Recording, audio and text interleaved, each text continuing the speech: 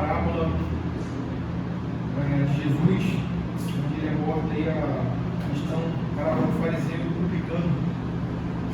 E eu queria que os irmãos abrissem suas Bíblias em Lucas.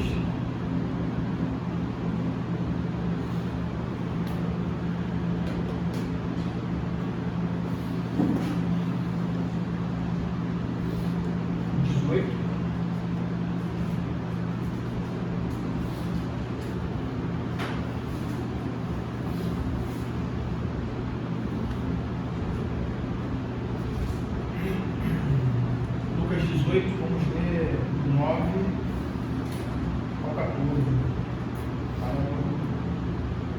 Fariseu e publicano. Diz assim a palavra do Senhor: propôs também esta parábola a alguns que confiavam em si mesmos, por se considerarem justos, e desprezavam os outros. Dois homens subiram ao templo com o propósito de orar, um fariseu e outro publicano. O fariseu, posto em pé, orava de si mesmo desta forma, de si para si mesmo desta forma: ó Deus, graças te dou, porque não sou como os demais homens, roubadores, injustos e adúlteros, nem ainda como este publicano. Jejuo 2 vezes por semana e dou dízimo de tudo quanto ganho. O publicano, estando em pé, longe, não ousava nem ainda levantar os olhos ao céu, mas batia no peito, dizendo: ó Deus, sê propício a mim, pecador. Digo-vos que este desceu justificado para a sua casa, e não aquele. Porque todo o que se exalta será humilhado, mas o que se humilha será exaltado. Senhor Deus, Pai Santo, nós te agradecemos, ó Deus, por esse dia, que é o dia do Senhor, o dia que o teu povo, ó Pai, se reúne exclusivamente para cultuar a Ti, dia separado, ó Deus, para que o seu povo se deleite em Ti.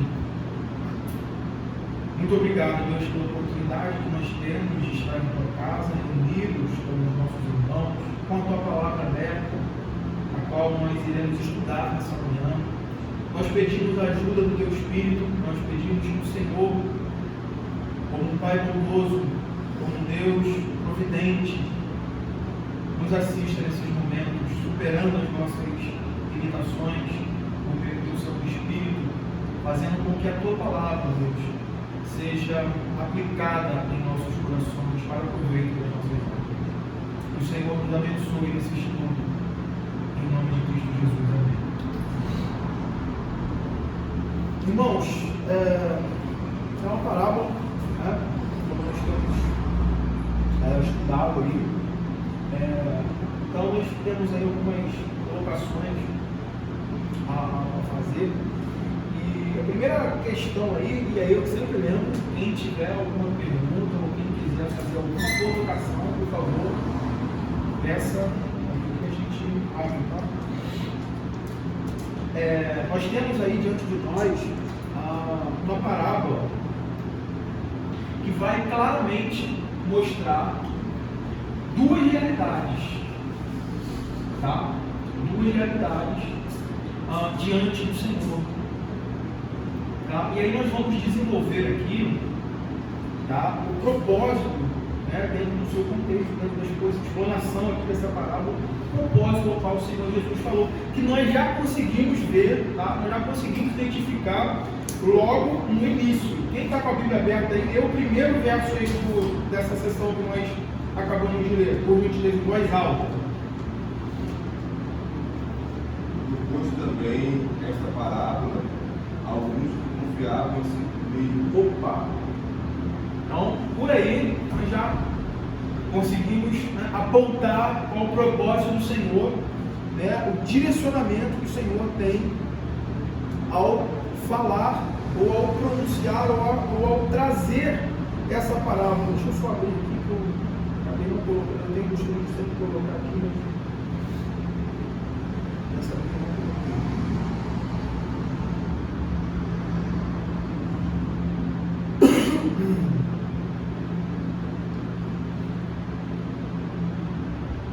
Então ele já inicia exatamente apontando esse caminho, né, para o propósito que ele vai dizer, e lá no final nós temos a conclusão disso. Então propôs também esta parábola a alguns que confiavam em si mesmos, por se considerarem justos. Então nós vamos ver o apontamento do Senhor Jesus, que vai claramente caracterizar duas realidades.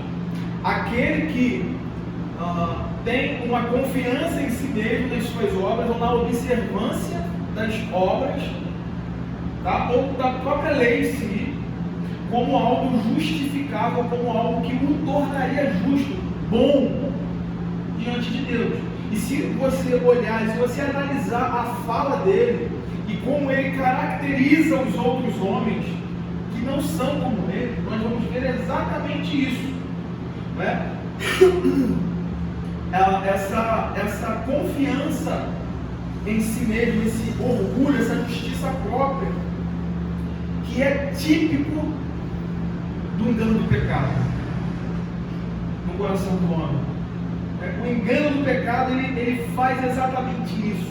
Ele cega o entendimento para que o pecador não veja a sua real condição, o seu estado de miséria, né? E a sua necessidade de Deus, a sua necessidade de perdão, a sua necessidade de arrependimento. Então nós vamos ver esse contraste entre essas duas realidades, né? Estruturando aqui esse estudo com base na obra do John MacArthur, nós vamos ver aí algumas estruturas bem interessantes. Por outro lado, nós vamos ver também a confissão de um pecador arrependido, né? E o coração humilhado diante da lei de Deus, que se vê miserável, sem justiça própria, né? E que se coloca diante de Deus, tendo como base o próprio, digamos, a própria análise da lei, né? Dá quando a gente vai no médico, a gente tem esse diagnóstico, né? Então ele coloca assim, ó, você está com isso. Então aqui é como se alguém estivesse chegando diante do Senhor, e estivesse concordando com esse diagnóstico, né? Realmente não presta, não consigo nem olhar. Então a ideia é essa, e isso vai revelar automaticamente essas duas realidades. Revelam a realidade primeira, na figura do fariseu, né? A realidade de perdição e condenação, e a outra já a realidade da justificação, né? Unicamente pela fé, que é o ponto que a obra do autor, né, de MacArthur, vai apontar, que é o assunto dessa parábola, né? A justificação pela fé e não por obras. Essa confiança nos méritos de Cristo para a nossa salvação, não em nossa performance em observar a lei ou em fazer, em cumprir determinadas questões. E aí, até aqui ficou claro? Ok? E aí, algumas perguntas são importantes aqui para a gente compreender, né, que estamos vendo. Primeiro é quem era o fariseu, ou quem eram os fariseus, e quem eram os publicanos. E aí nós temos, logo no início dessa obra, do MacArthur, algumas colocações bem interessantes. Ele vai dizer o seguinte: no tempo de Jesus, os fariseus eram a seita religiosa mais rígida e mais influente de Israel. Veja que interessante, olha. E ele vai apontar exatamente isso. No Novo Testamento, eles não eram apresentados sob uma luz favorável. Quem já lê, né, quem tem o hábito de olhar os evangelhos, ler os evangelhos e ter essa visão, né, junta ou conjunta dos evangelhos, vão perceber claramente a forma de tratamento do Senhor Jesus para com os fariseus. Não é algo agradável, Como o Senhor trata os fariseus? de forma doce, de forma... Não, muito pelo contrário. Então, a apresentação dos fariseus aí nas Escrituras, ela não é veio sob a luz de um olhar favorável, mas desfavorável, justamente por essa autoconfiança, por essa autojustiça, por essa forma de se pôr, ou se posicionar diante do Senhor Jesus com desprezo. Como se as suas próprias obras fossem suficientes. Nós vamos ver que não são. E diferentemente de tantos cultos, MacArthur diz isso é muito interessante. Então, aqui tem um tom bem de alerta para nós. Né? Diferentemente de tantos cultos e religiões falsas, descaradamente não ortodoxos, excessivamente diabólicos ou totalmente indiferentes em relação à lei de Deus, os fariseus eram tradicionalistas, idealistas, famosos por sua atenção obsessiva aos pormenores da lei. Veja, que perigo, né? Eles não eram pessoas, digamos, extraviadas, no sentido de que eles descriam a lei, não eram descrentes, né? Pessoas que não observavam, não tinham zelo pela lei, não, muito pelo contrário, eles são apresentados nas Escrituras e tem partes, tem textos no Novo Testamento, se não me engano, em João, que o próprio Senhor Jesus vai tratá-los como vocês procuram e vocês estudam meticulosamente, vocês estudam detalhadamente a lei. E aí está o grande problema, o grande perigo da coisa, né? Para onde eles descambaram, onde eles distorceram a coisa. Quando não se leva, isso é algo muito importante para nós. Quando nós não levamos em conta a realidade do nosso coração, né? Aquilo que nasce com o homem, que é o pecado original, nós tendemos a nos esquecer dessa realidade de que nós podemos distorcer e perverter até aquelas coisas mais excelentes, boas e preciosas que o Senhor deu ao seu povo.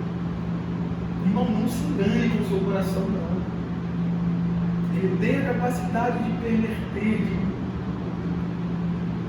de mudar até as coisas mais puras, até as coisas mais louváveis, em desonra, em algo pecaminoso, em algo mau, que traz o desagrado de Deus.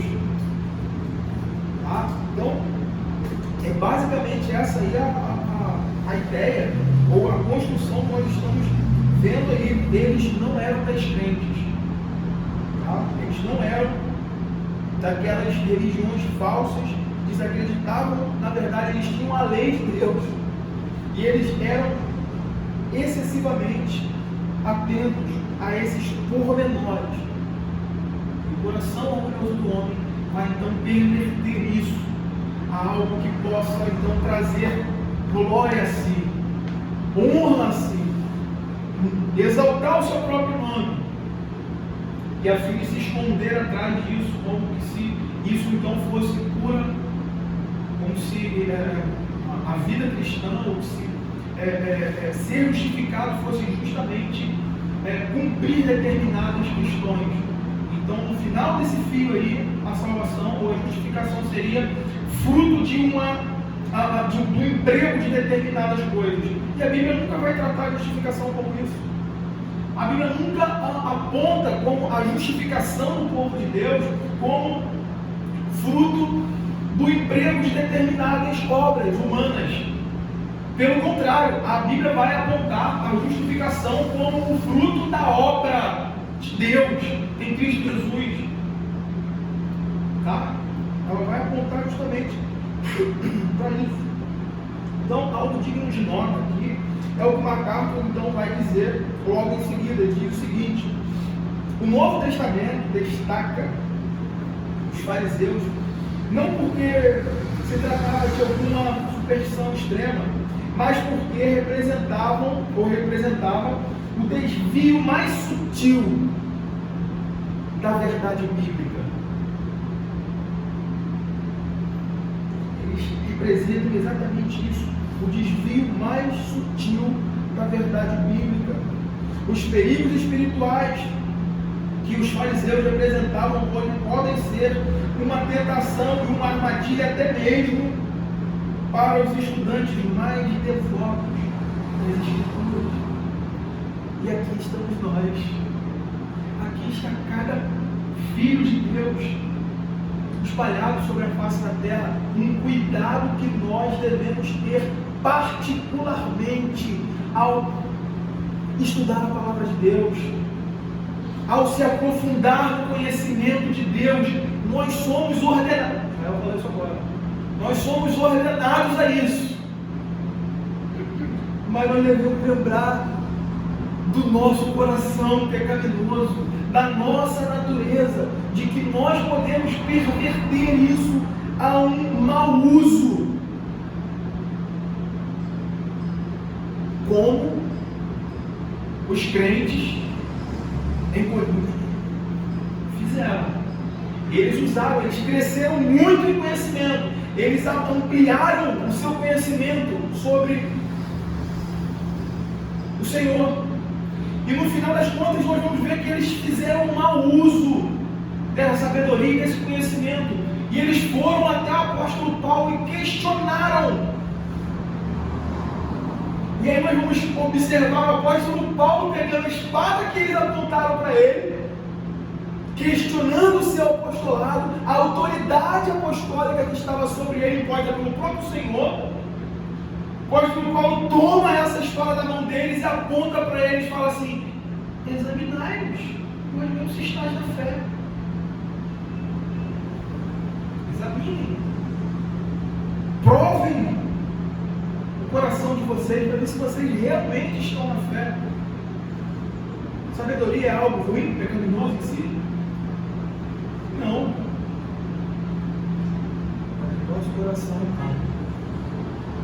Nosso coração é mau, inclinado ao mal.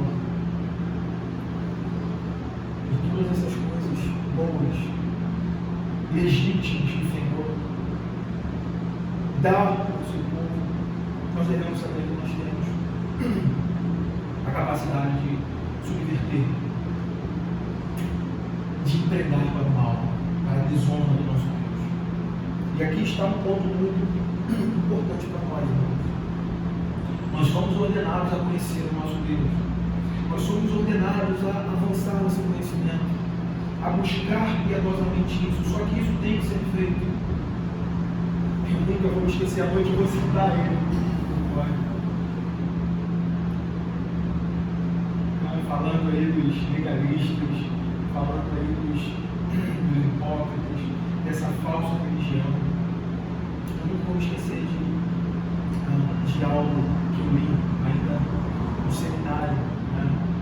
A fim de justamente fazer com que a ideia de você estar buscando conhecimento de Deus, você estar estudando, se aprofundando no conhecimento das Escrituras, isso não subir ao nosso coração como algo que nos faça, ou que pensemos que somos melhores do que alguém, possamos então julgar as pessoas como inferiores.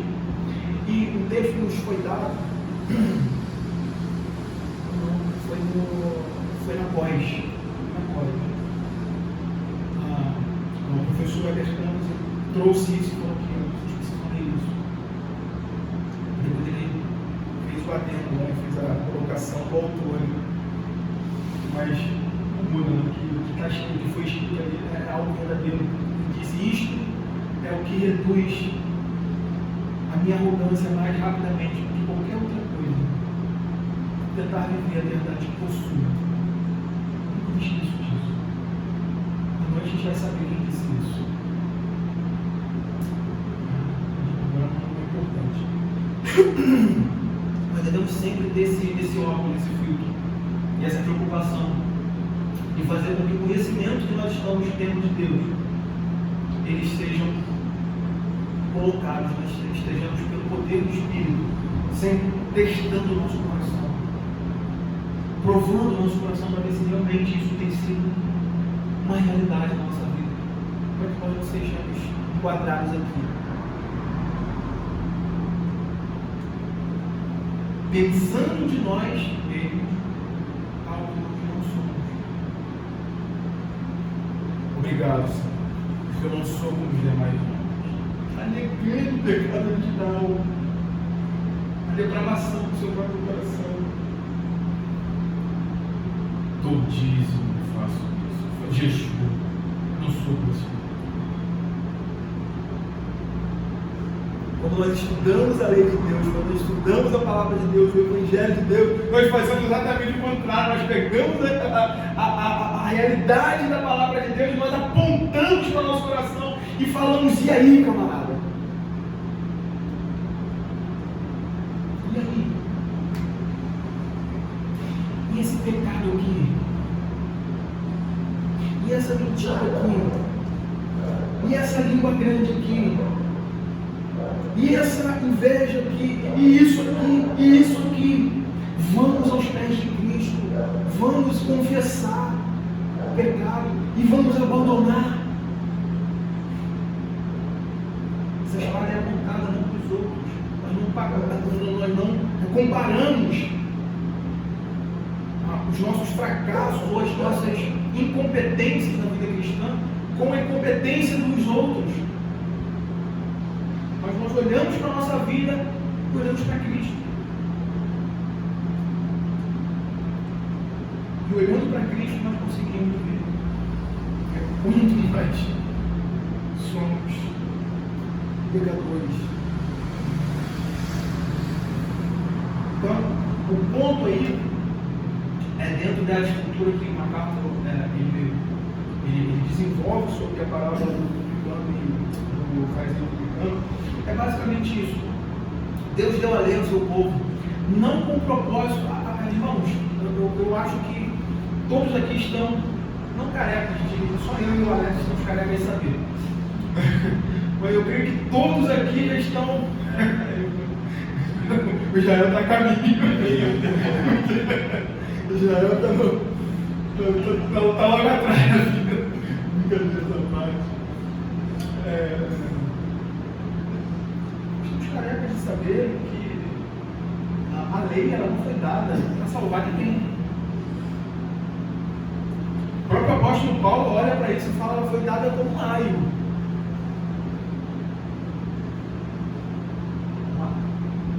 Cristo está aqui.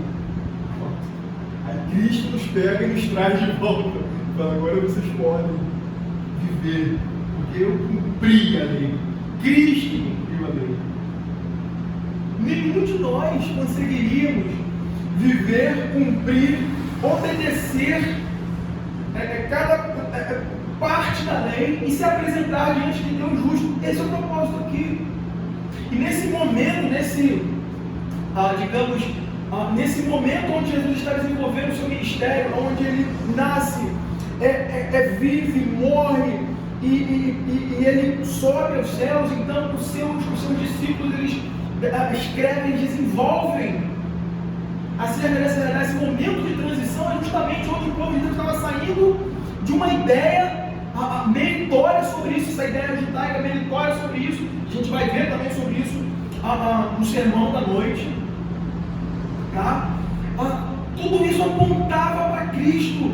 A nossa justiça é Cristo. Isso é falado tanto no Antigo Testamento, em Jeremias, quanto no Novo Testamento, em Coríntios, 1 Coríntios. Cristo é a nossa justiça, Ele é a nossa justificação. Todos que creram no Antigo Testamento e foram justificados pela fé somente naquele que viria e cumpriria a lei perfeitamente. Então não tem mérito nisso, nem a fé é mérito em si. Eu estava estudando, e tentando assim ir ali lutando contra mim mesmo, porque se a gente entra nesses meandros, a gente vai embora. E a gente não consegue ser fiel aqui ao propósito da coisa. Dessas características, talvez um dia eles tenham tempo, oportunidade de expor esses detalhes. Dessa realidade da nossa fé, encontrando em Cristo essa suficiência, esse cumprimento final total.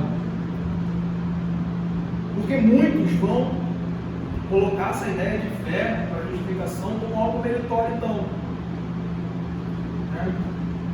E uma vez eu tive que lidar com alguém colocando essa realidade que a fé, o arrependimento era obra humana, nesse sentido de soteriologia e salvação.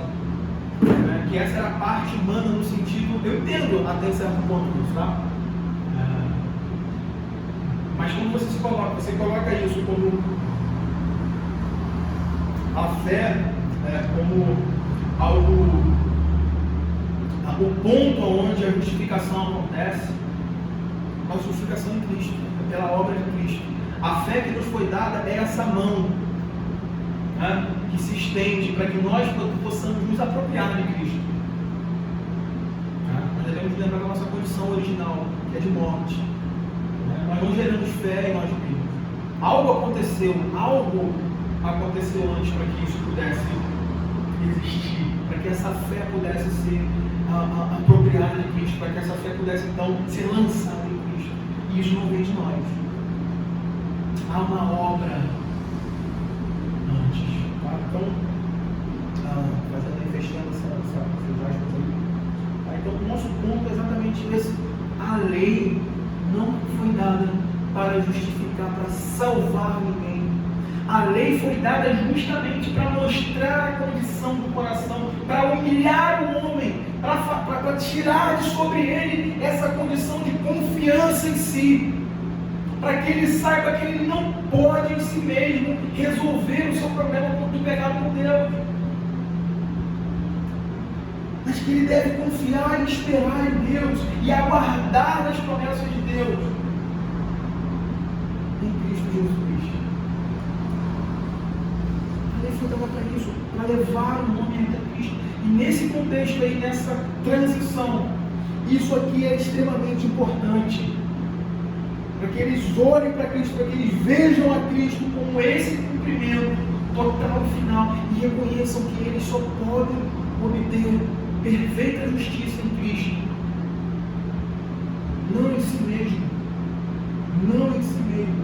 Propôs também esta parábola a alguns que confiavam em si mesmos, por se considerarem justos. Esse é o problema do mundo. Esse é o problema da humanidade, do mundo caído.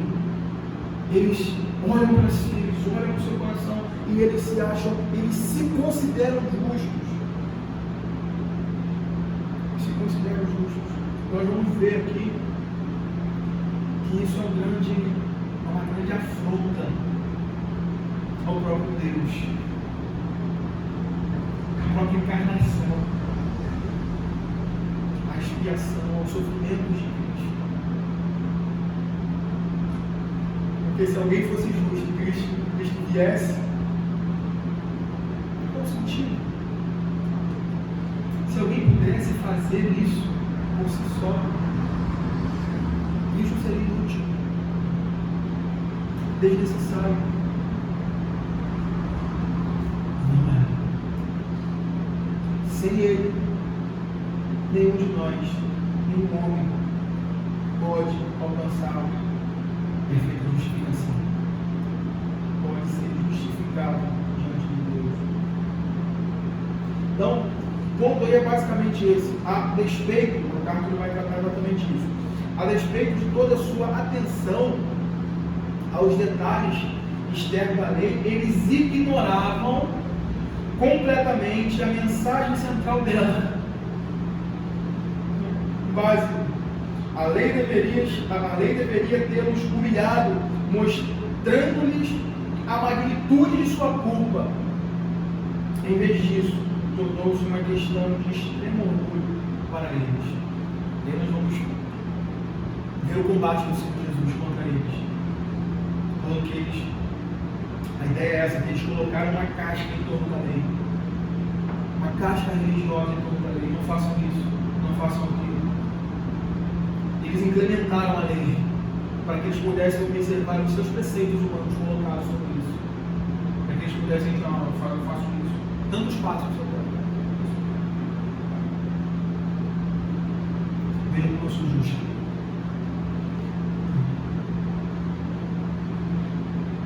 Então eles confiavam na sua performance em torno dessa caixa.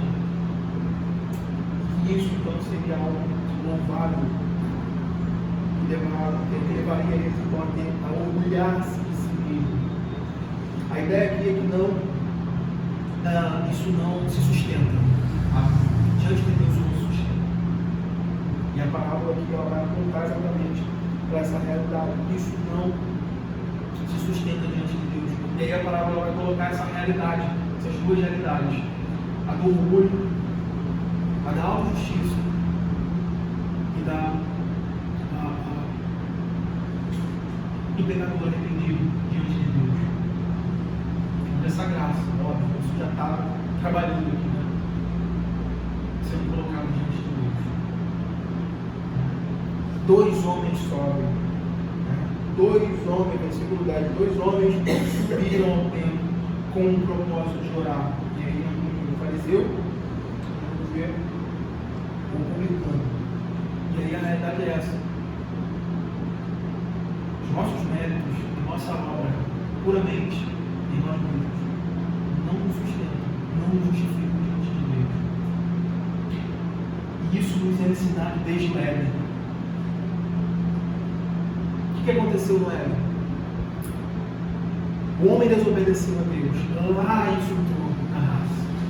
Quando o homem peca, ele se vê nu, ele se vê como culpado, transgressor.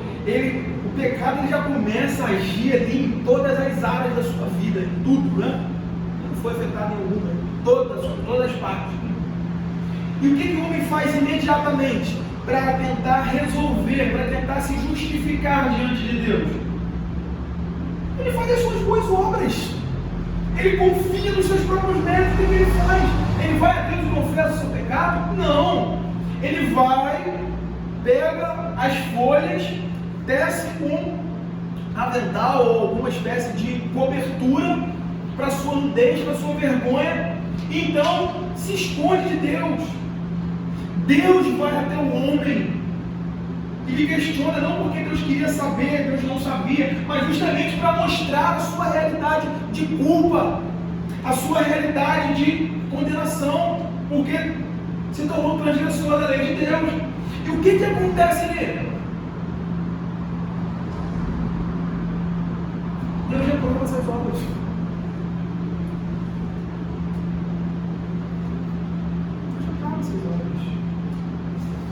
Deus olha aquelas vestimentas e fala, isso não serve. Deus tira. A representação é essa, gente. Deus tira aquilo que Deus coloca, desce, né? Sangue, né? Pele de animais, cobre sobre Deus. Isso já está apontando exatamente como o homem seria justificado diante de Deus. Não é pelas suas obras. Fica nítido que Deus está reprovando essas obras humanas para justificação. E o meio ordinário, o meio correto seria exatamente esse, pela expiação, pelo sangue de Cristo que viria. Ou seja, o que está em xeque aí é exatamente isso. É somente pela obra do próprio Deus, não pela nossa. Essa é a ideia. Então, diante de Deus, essa bela aparência, sabe, bela performance, A casca religiosa, ela não subsiste diante do olhar de Deus. E aí é interessante nós entendermos isso, irmãos. Um homem pode ser intelectualmente informado, teologicamente orientado, mas ainda assim espiritualmente morto e injustificado diante de Deus. Essa é a realidade do fariseu aqui. Ele era um homem muito bem informado da lei. Ele era um homem muito bem instruído, teologicamente orientado, mas ainda assim espiritualmente morto e injustificado diante de Deus. Por quê? As nossas obras não nos justificam. Eu vou bater nessa tela aqui. As nossas obras não nos justificam, porque é isso que nós estamos lendo aqui. Então, essa parábola, ela se apresenta como uma lição pungente. MacArthur fala isso. Uma lição pungente sobre a graça para com os humildes, cuidadosamente calculada para ferir a justiça própria, orgulhosa do fariseu. Ou dos fariseus, é importante aí observarmos aquilo que ele diz aí. Propôs também esta parábola a alguns que confiavam em si mesmo e contra essa realidade. Alguns. E aí, isso torna-se amplo. Isso torna-se amplo. Isso então é algo que está calculado pela soberania, pela providência, pela sabedoria de Deus, para instruir os homens, a fim de que eles olhem para isso, a fim de que eles vejam isso e se desprendam da sua própria autoconfiança.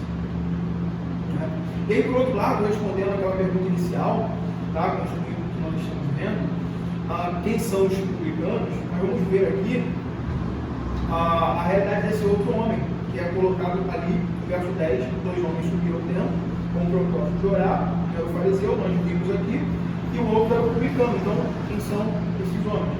Aqui nós temos esse outro homem, o publicano. Ao contrário, é interessante isso, tá? Porque na maioria das exposições ou estudos que nós vemos sobre isso, é colocado aqui como publicano é alguém altamente justificável. E o fariseu não, o publicano é um bonzinho. É um mocinho. Esse pode justificar. Muito bom. E eles falam, fulano é tão gente boa, tão bom, só falta ser crente. Beleza? Não é essa ideia aqui, tá? Só para a gente ver. A gente vai olhar assim. Ao contrário do que muitos podem pensar, o publicano aqui não representa a figura de um homem bom e por isso justificável. Não! Porque quando nós olhamos para a mensagem bíblica, nós vamos ver que todos a uma se extraviaram. Ele não é uma exceção. A origem desse nome aí, publicano, ou dessa conotação desse é um substantivo aí, né? Desse homem que é representado aqui como publicano, literalmente quer dizer cobrador de impostos, cobrador de taxas ou arrendatário. Esses homens, eles eram extremamente odiados pela sua sociedade. Eles tinham a fama de praticar extorsões, de serem homens avarentos e egoístas. Homens que estavam constantemente envolvidos em subornos, compra de direitos, né? Homens egoístas, avarentos, que amam dinheiro. E é interessante nós observarmos essas questões, porque geralmente no Novo Testamento esses homens eles são associados com pecado. Sempre que você lê publicano, você vai ler logo em seguida ou antes, né? Mas associado a pecadores. E pecadores não é nesse sentido, né, geral da coisa, mas sim no sentido de que eles estão com aqueles homens que tinham um comportamento muito mal, ruim, um comportamento moralmente indevido. contrário. Então, normalmente esse nome ou esse termo aí, publicano, ele é associado com pecadores ou alguma espécie de, funcionando como uma espécie de sinônimos. E nós temos vários textos aí, eu queria que alguns irmãos abrissem comigo para a gente tornar mais dinâmico aí. Mateus 9, verso 10. Abre aí o Gabriel, Mateus 9, 10. Vitor, 11, 19, Mateus 11, 19. Israel, Mateus 21, 31. Vinícius, Marcos 2, 15. E aí tem outros, só esse tá bom. Tem vários outros, fica por aqui. Vai lá, primeiro. E sucedeu que, estando ele em casa à mesa, muitos publicanos e pecadores vieram e tomaram lugares com Jesus e seus discípulos. Ok. Pecadores publicanos. Segundo. Veio o filho do homem comendo e bebendo, e dizem: eis aí um homem comilando e bebendo, amigo dos publicanos e pecadores, mas a sabedoria justificada com seus filhos. Ok. Terceiro. Todos dois fez a vontade do Pai. Disseram: segundo, declarou-lhes Jesus, de verdade vos digo, publicanos e meretrizes os precedem no reino de Deus. Viu a associação? Mais um. Achando-se Jesus à mesa na casa de Levi, estavam juntamente com ele e com seus discípulos muitos publicanos e pecadores, porque estes eram em grande número e também o seguiam. Tem vários outros textos, né, que associam e usam esse termo sempre associado a esses homens. Então, a imagem que nós temos aqui é uma imagem de dois homens, e aí a gente vai caminhando aí para a formação desse quadro que o Senhor Jesus está mostrando, essa imagem montada. É uma imagem de dois homens maus, ok? Dois homens maus, pecadores indignos. E a ênfase, logicamente, não está aqui, e aí muitos vão interpretar por esse lado, né, que essa aqui, a ênfase aqui está no arrependimento de um, não. A ênfase, logicamente, não está sobre nenhum dos dois homens nessa parábola, mas na declaração graciosa de Deus sobre aquele pecador arrependido, a declaração que parte de Deus, gratuitamente, que nós vamos ver no final. Digo-vos que este desceu justificado para a sua casa e não aquele.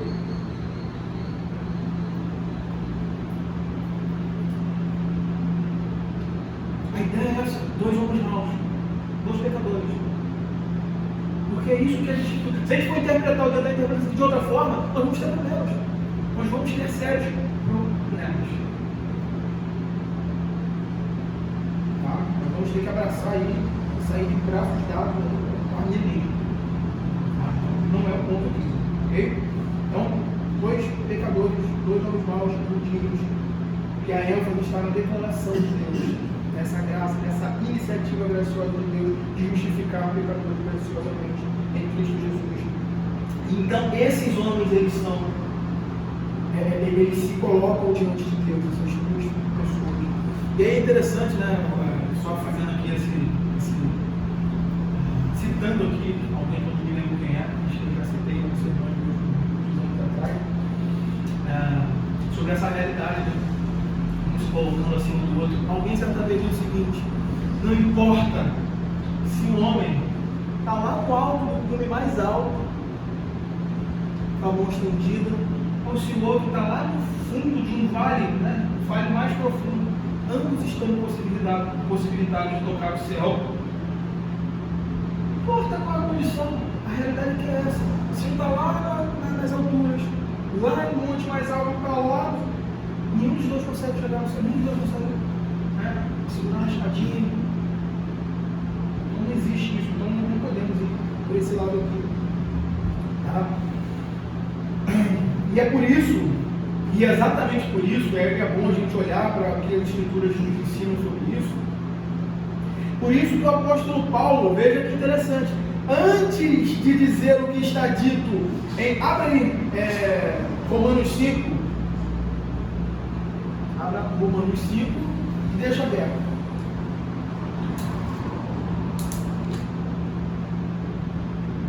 É exatamente por isso que antes de Paulo dizer o que está dito em Romanos 5:1, ele expõe antes dos capítulos de 1 a 5 a realidade de todos os homens. No capítulo 1 ele já inicia apontando isso. Todos montando a ira de Deus se revela no céu contra todos. Ele fala dos gentios. No capítulo 2 ele fala dos judeus, dos gregos, dessa realidade da culpa, de toda o enredo do pecado. 3, 4, no 5 ele expõe tudo isso. A filha do judeu não pudesse se colocar, quando Paulo estivesse falando, eu estou se extraviado, que fala dos gentios. Então os judeus poderiam se levantar e falar: pobres pecadores, pecados. E Paulo chega no capítulo 13 e fala assim: não há nenhum sequer, todos extraviados, cada um se lidarem com Cristo. E aí, por isso, justamente, antes de falar o texto que ele vai dizer exatamente isso: todos extraviaram. Essa é exatamente a função da lei que os fariseus distorciam, ou distorceram para a sua glória, e que os publicanos tanto desprezavam. E o Evangelho aponta para tudo isso e apresenta a única solução: Cristo. Mostrando essa realidade de que Deus justifica pecadores graciosamente pela fé em Cristo Jesus. E é por isso que Paulo vai dizer exatamente agora isso em Romanos 5:1. Justificados, pois, mediante a fé, temos paz com Deus por meio do nosso Senhor Jesus Cristo. Justificados, pois, mediante a fé. Que ponto que é esse, irmãos?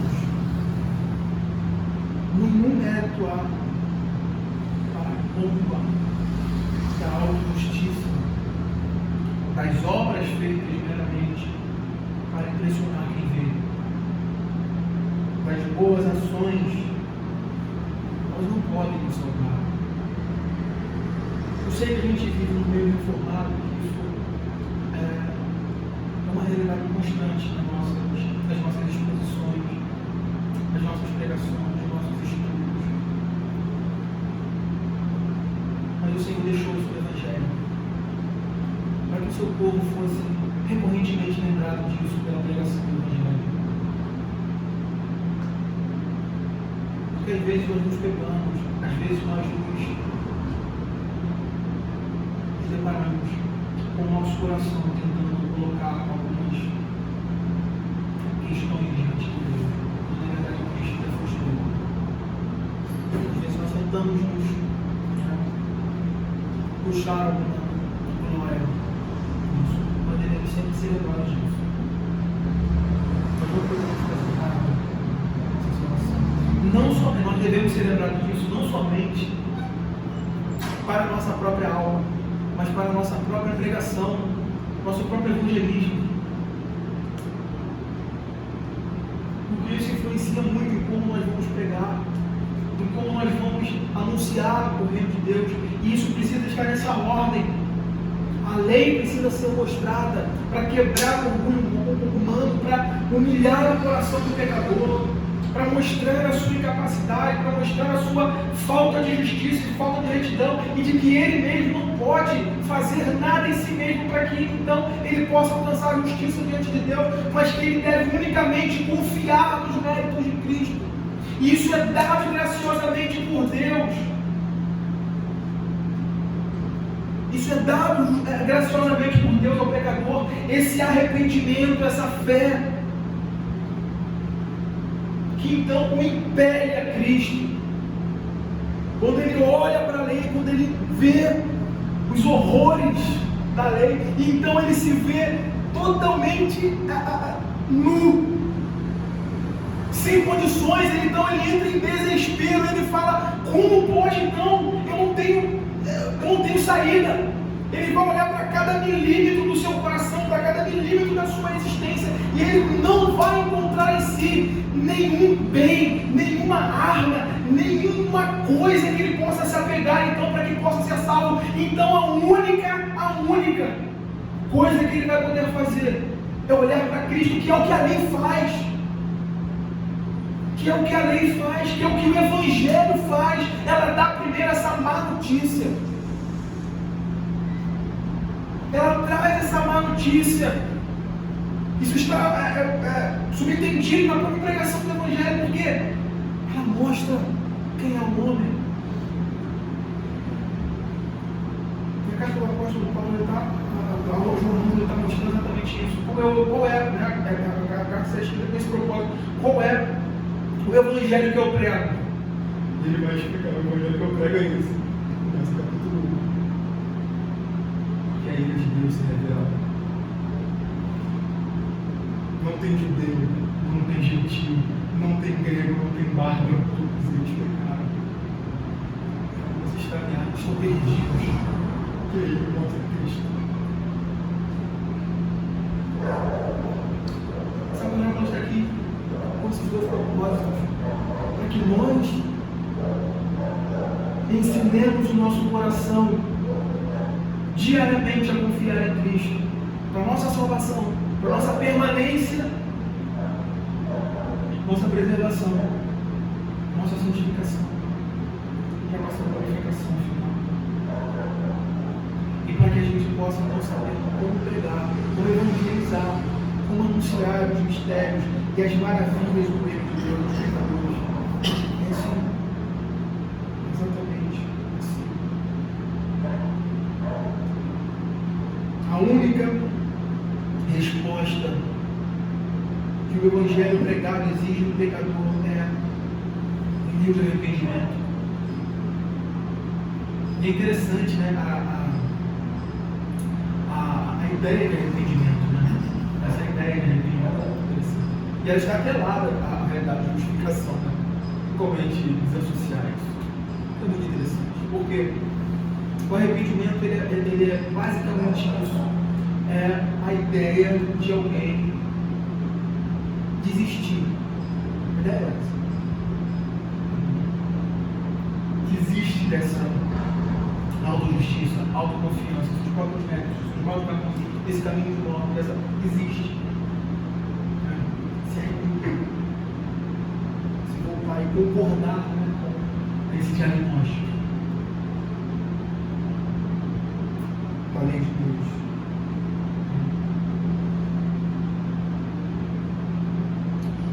Então, ela é expressa visivelmente, ou fisicamente, ou humanamente falando. Ela é expressa em uma confissão clara, que é o propósito da lei, né? Essa confissão clara de miséria, de pobreza diante de Deus. E que o homem pode unicamente ser salvo pelos méritos de Cristo.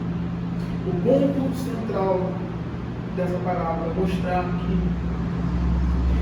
enquanto uma alma não sentir os horrores do seu estado original, as misérias merecidas, sua falta de aptidão para o bem,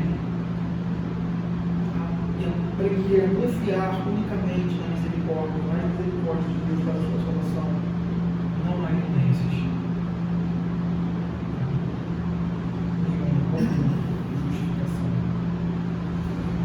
Essas duas realidades aqui que são apresentadas nessa parábola, Jesus disse que naquele dia apenas um homem voltou para a casa justificada, que é o que nós temos aí. Digo-vos que este quem?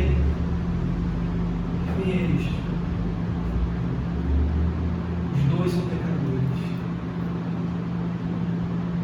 Os dois são indignos. Os dois são miseráveis.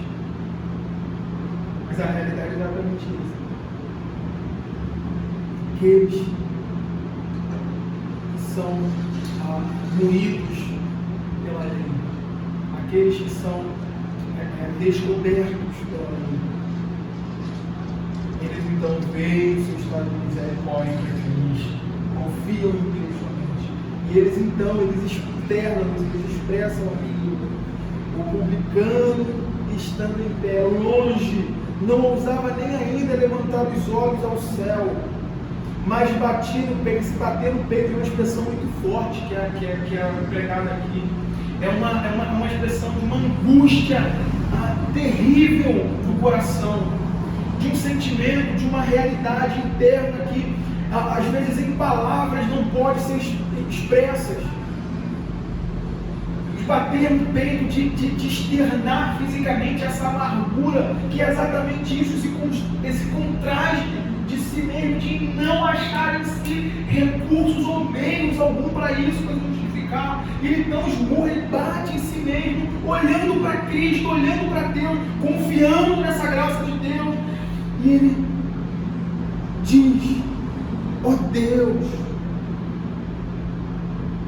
se propício a mim, pecador. Quando o Evangelho é pregado, duas coisas acontecem.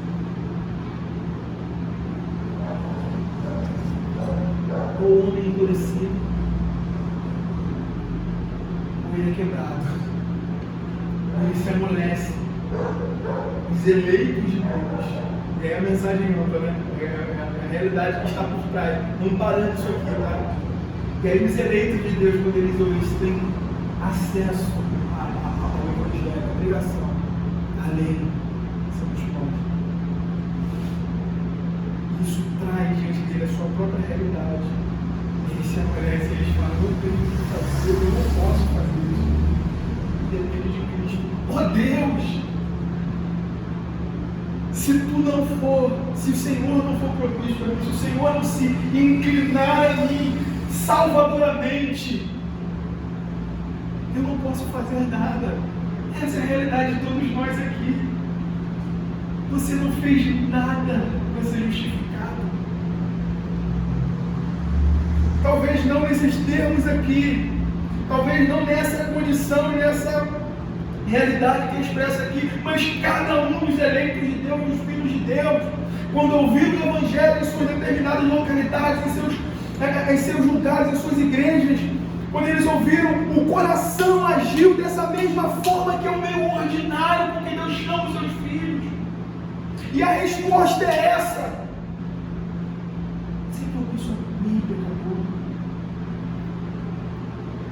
A resposta é essa: se propício a mim.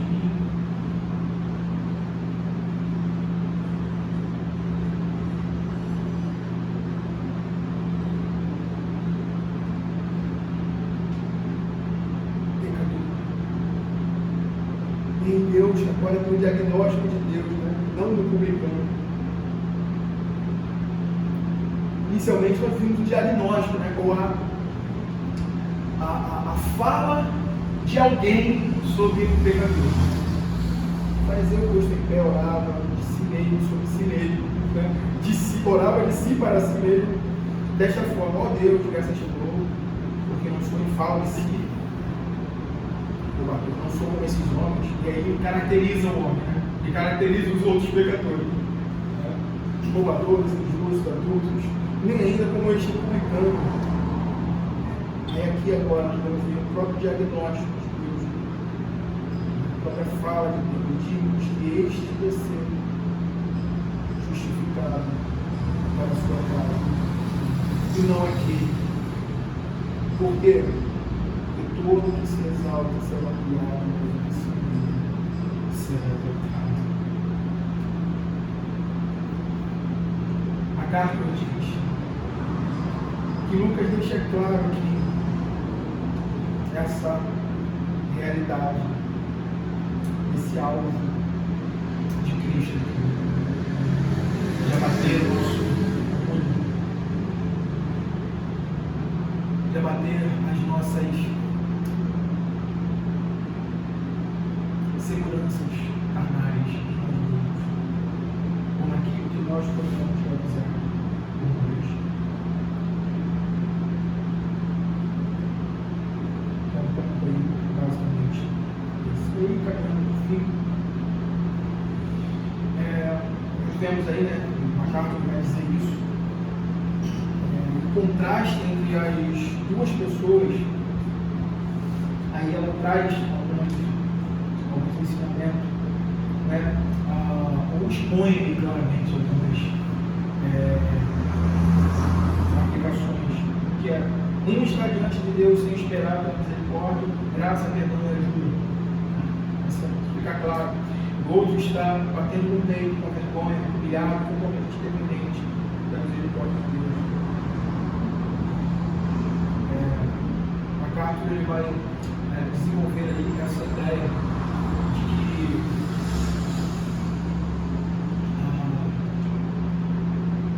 esse é um entrave que é colocado, isso é algo que está na natureza humana. A graça renova esse orgulho. A graça renova essa autojustiça, essa autoconfiança em si. Eu fico olhar para Cristo, olhar para Deus e esperar. Nós vemos aqui na figura do fariseu, isso é interessante, né? E também já serve para nós como lições, como lição. Nós vemos aqui na figura do fariseu algo que é muito perigoso, que é o perigo do orgulho espiritual. O orgulho espiritual. O Senhor não está aqui falando, e nós vimos isso sobre dois homens sem religião.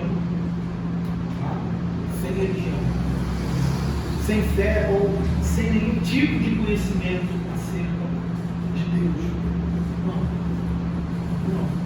Por mais que o publicano ele estivesse ali envolvido ou de alguma forma associado a todo quanto é tipo de falcatruas, né? A gente falou ali, existia certo conhecimento. De negar ou alegar a ignorância acerca de Deus. Pelo contrário, Paulo aqui Paulo. Já estou limpando aqui para nós. O Senhor aqui, a parábola contrasta a realidade espiritual e foco aparentemente é isso, né? De contrastar a realidade espiritual de um líder religioso, né, com a de um pecador arrependido. Isso aqui é muito sério. Porque a representação ali era de alguém que deveria conduzir ou de alguma forma mostrar isso de forma benéfica, né? Por ser o conhecedor que era, por conhecer o que conhecia, por ser um conhecedor meticuloso das Escrituras. E aí isso vai apontar exatamente para esse orgulho espiritual. E nós crentes podemos ter isso. Nós não estamos imunes a isso, tá? É um perigo que nós devemos constantemente vigiar o nosso coração, sondar o nosso coração para ver quais são os propósitos, quais são as ideias que o nosso coração está nutrindo sobre determinadas coisas, quais são as motivações do nosso coração em relação a conhecer, ao estudar teologia, ao fazer algo dentro dessa esfera. Porque nós podemos, e isso é possível, nós temos muitas histórias dentro da própria história da igreja sobre isso, sobre o orgulho espiritual. Eu trouxe aqui, não está no livro, mas eu achei que iria enriquecer aqui, sobre esse alerta do orgulho espiritual para a igreja de Cristo, para nós. E eu me coloco aqui em primeiro lugar nisso, tá? Porque isso é muito sedutor, gente. Isso é muito sedutor. E esse é o anzol que normalmente os ministros são pegos. Esse é o anzol do diabo, Satanás, que fisga muitos teólogos. John Taylor, ele vai tratar no seu requisito tratado sobre os perigos do orgulho espiritual, diz o seguinte: preste muita atenção. Essa é a principal porta que o diabo usa para entrar nos corações daqueles que têm zelo pelo avanço da causa de Cristo Veja, é a principal via de entrada de fumaça venenosa que vem do abismo para escurecer a mente e desviar o juízo. É o meio que Satanás usa para controlar cristãos e obstruir a obra de Deus, até que essa doença seja curada. Em vão se aplicarão remédios para resolver quaisquer outras enfermidades. E aí, continuando mais à frente, ele vai dizer: o orgulho é muito mais difícil de ser discernido do que qualquer outra fonte de corrupção. Por quê? Por causa da sua própria natureza. A própria natureza do orgulho impõe isso, porque leva a pessoa a ter um conceito alto demais de si próprio. É alguma surpresa, então, verificar que a pessoa que pensa de si mesma acima do que deve está totalmente inconsciente desse fato. Ela pensa, pelo contrário, que a opinião que tem de si mesma ou de si está bem fundamentada e que, portanto, não é um conceito elevado demais. Veja como o negócio é ladeira abaixo.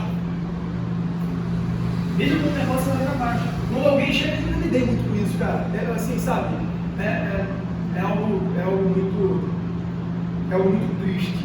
É algo muito triste. Quando alguém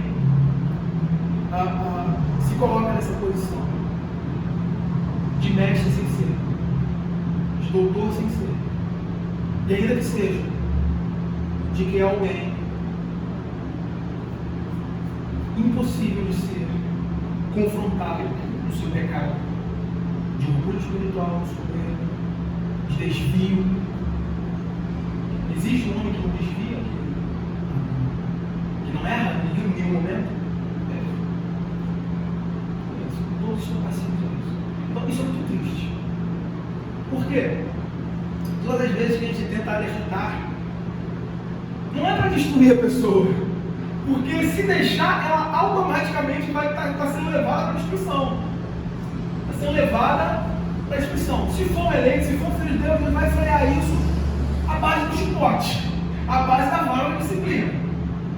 Vai ter um sofrimento.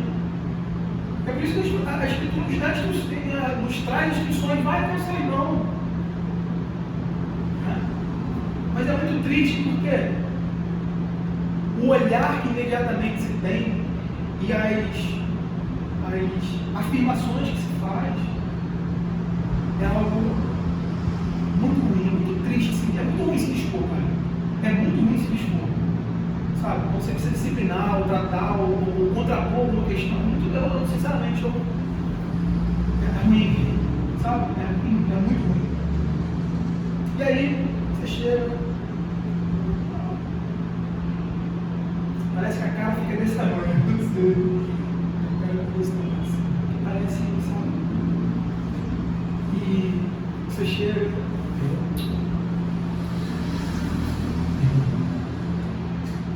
quantos anos você tem de fé, né?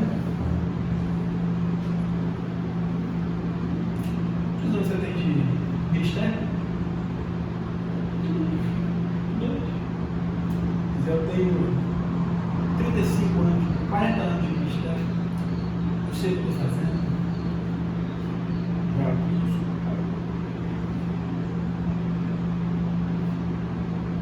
A coisa se derrama.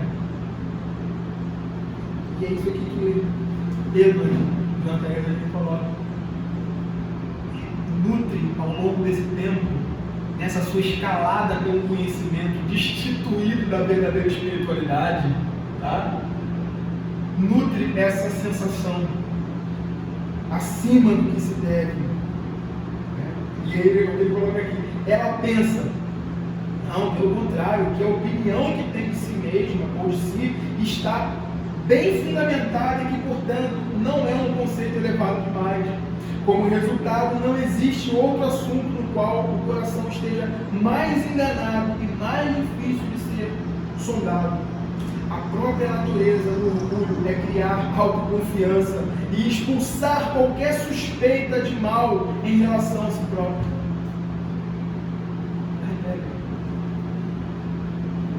ela se torna aquilo. Já viu aquele vidro, quando você passa, tem um produto que passa no vidro, ou determinadas superfícies de vidro, quando você joga água para amolecer a sujeira e daí não vem, escorre, não para. Esse orgulho cria isso no coração do homem. Essa casca lisa, a verdade vem.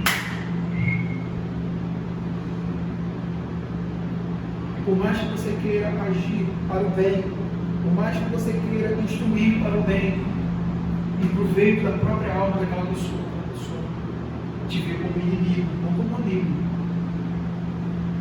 não como irmão em Cristo, preocupado com a sua vida, com a sua alma. E aí nós temos aí, caminhando para o fim, algumas características, características dessas pessoas orgulhosas. Isso fica claro aí, posto em pé, a sua orgulhosa tende a ser, a se colocar como centro. Não sei se vocês conhecem alguém, não sei se já, ou se nós somos isso. Onde chega, ninguém mais fala. Eu fiz.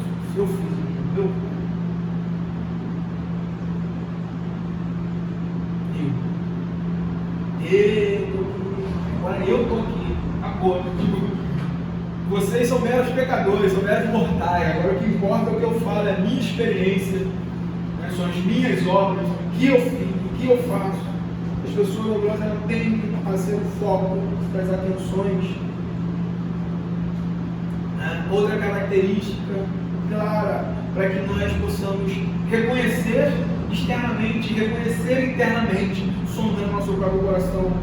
Não oram a Deus, mas a si mesmos, usando o nome de Deus.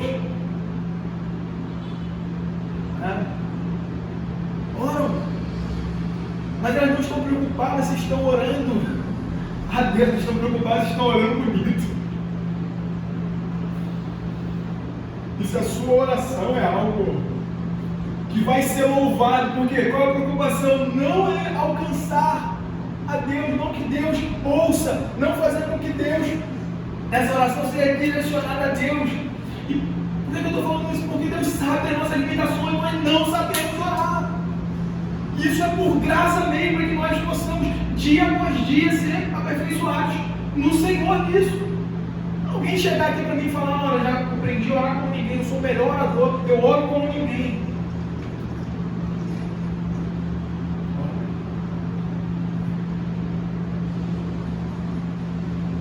Isso nós precisamos todos os dias, sem cessar, orar ao Senhor, exercer isso, não para que os homens vejam.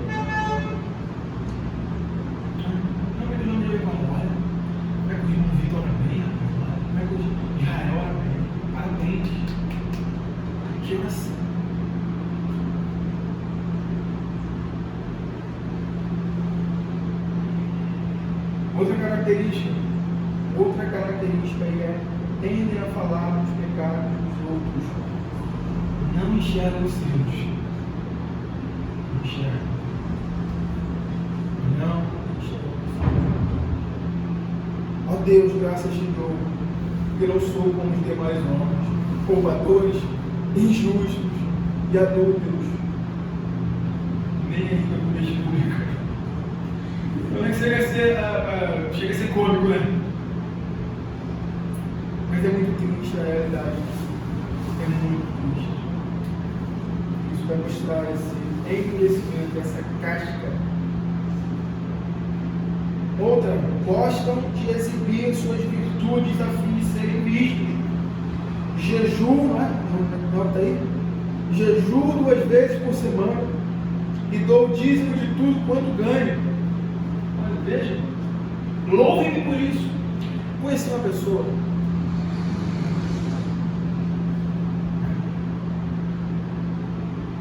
nisto, que assim, sabe, as colocações dentro da exposição era algo que levava, ou que tinha o propósito de levar as pessoas a ter dó, pena dela. A ideia é mais ou menos essa. Vejam como eu sofro. Eu fiz tudo isso, fiz aquilo, agora eu estou aqui. Eu sofro. Tudo isso aqui. Ele é assim mesmo. Pergunto, qual o propósito disso? Pergunto, é para a glória de Deus? Respondo, não. Porque se fosse, ele estava quietinho no seu quarto, orando a Deus, confiando na providência de Deus, e que Deus impôs isso sobre ele. E de que Deus, como impôs, sustentaria. Que ser visto por homens. Ou com outros objetivos puros. Se você, nenhum de nós aqui estamos imunes a passar algum tipo de necessidade. Nenhum de nós aqui. Hoje a sua conta pode ter 100, 50, 300, 500, 1 milhão. Diante, né, com caminhar da situação que está o nosso país, amanhã você não pode ter nada. Nada. Você vai, irmão, me socorre, por favor. Não é isso? Me socorre. Eu estou necessitado disso. Você vai à conta. Não tem essa escolha. É aquele que pode te ajuda. Não é assim? Então, normalmente essas coisas elas servem para mostrar isso. Veja como eu sou, veja como eu sou piedoso. Mas eu tinha isso, né? O Senhor Jesus ele vai ensinar aos seus discípulos como agir, como orar, como jejuar. Então, não faça como esses homens que transfiguravam o rosto, né? Já viu? Aqui não tem cabelo para fazer isso, mas dá para fazer com a barba. Eu não faço bagunça no cabelo. O que está acontecendo, meu irmão? Eu estou com fome. Não, por quê? Eu estou de jejum. Parecendo com a cara triste, abatida, né? Qual o fim disso? Sua própria glória. Sua própria glória. O louvor dos homens. O Senhor vai falar: não sejam assim, não façam isso, porque esses homens já receberam a glória. Sua glória nesse mundo. O louvor dos homens. E nós não buscamos a glória desse mundo, nós não buscamos a glória dos homens.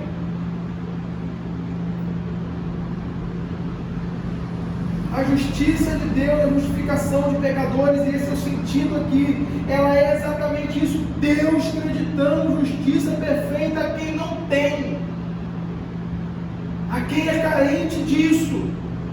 Por isso que a ideia é exatamente essa: ser propício a mim, pecador, injusto, está tudo incluso aqui nesse pacote, falta de justiça.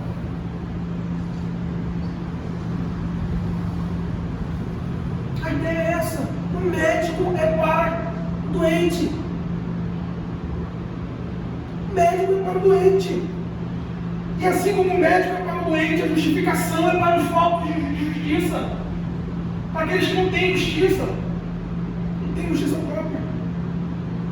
Por isso que Cristo nasceu, Deus enviou o seu Filho, nasceu de mulher, cresceu, desenvolveu o seu ministério, sofreu, morreu, ressuscitou, para que ele pudesse cumprir a lei perfeitamente e acreditar os méritos dessa lei ao seu povo. Ele nos veste com essa justiça e nos faz justos diante de Deus. Não somos nós. Não somos. E por outro lado, graça no coração do pecador. Graça de Deus agindo no pecador do coração o torna sensível à sua realidade, o torna, traz esse senso real, sóbrio. Ele cai em si, né? Tem muito termo na Bíblia que vai falar Nabucodonosor, filho pródigo, cai em si. Olha a miséria. Do outro lado, a pessoa que recebe essa graça, ela é feita, como nós estudamos aqui dentro, humilde. Ela é como uma criança criança que recebe instruções com facilidade, ao contrário daquilo que ele falou, o orgulhoso. Ele é cauteloso em sua avaliação de si mesmo, sensível quanto à probabilidade de se extraviar. Se for sugerido a ele que está se extraviando, ele é o primeiro a investigar o assunto. Ele vai parar, ele vai sentar, ele vai olhar para as escrituras, ele vai orar, ele vai procurar ajuda.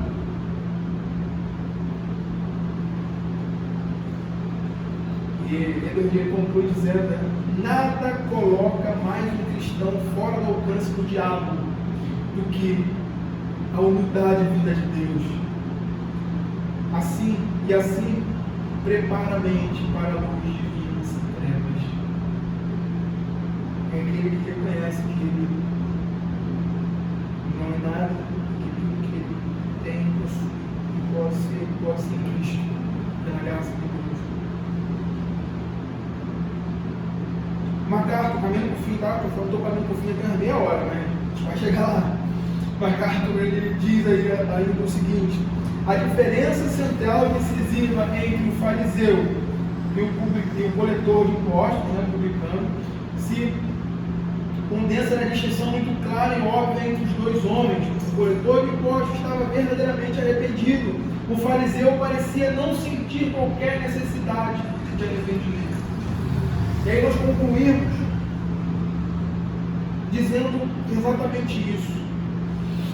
Esse texto ele não está aqui ensinando a mim e a você salvação pelas obras. Não está. Ele não ensina a salvação pelas obras como fruto de uma singela oração, como se o fator determinante para ser justificado fosse a oração em si.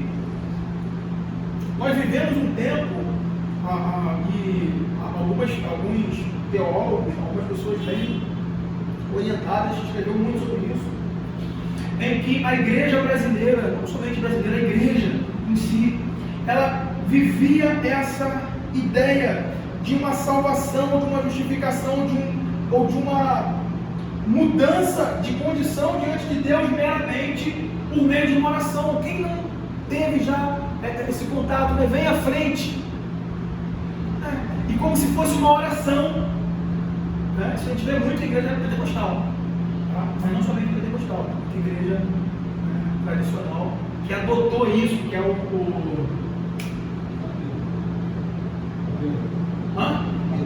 apelo, né? Faz apelo.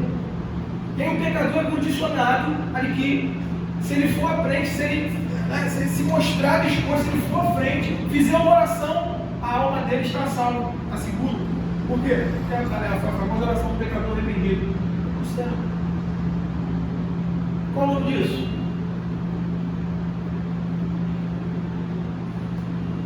Confiança. Ele confia no seu passo à frente. Eu tomei a decisão. Olha que lindo. Olha que evangelicalismo, assim, sabe? Bonito, né? Eu estou numa decisão. Fui à frente, fez uma oração, acabou. Semana seguinte, ele está vivendo a mesma vida.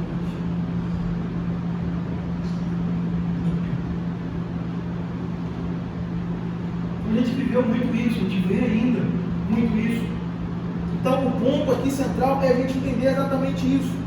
Essa parábola não está nos ensinando a salvação pelas obras, como fruto de uma singela oração, como se fosse, então, um fator determinante para ser justificado. A doutrina da justificação, irmãos, ela elimina qualquer via de cooperação, ou uma espécie que a gente conheceu na história da igreja, e muitos tratados teológicos, como via sinérgica, como algo sinergista, que é essa cooperação entre homem e Deus.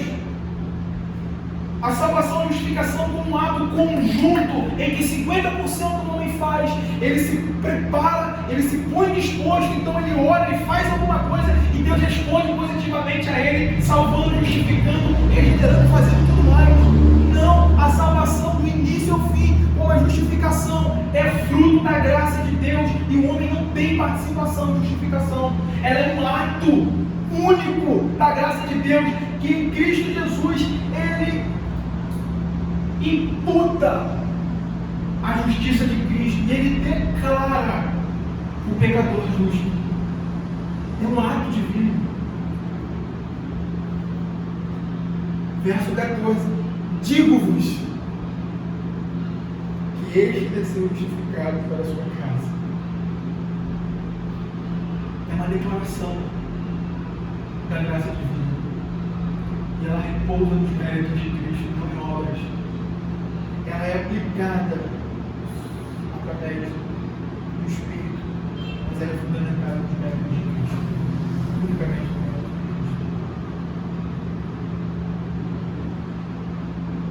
A carta vai dizer: o coletor de impostos foi para casa plenamente justificado, sem fazer qualquer obra de penitência, sem apresentar nenhuma obra de jejum, sem apresentar nenhuma obra de dízimo, ou sem se apresentar diante de Deus como roubador, injusto, adúltero. Ele foi para casa aquele dia porque Deus justificou ele, não foi justo.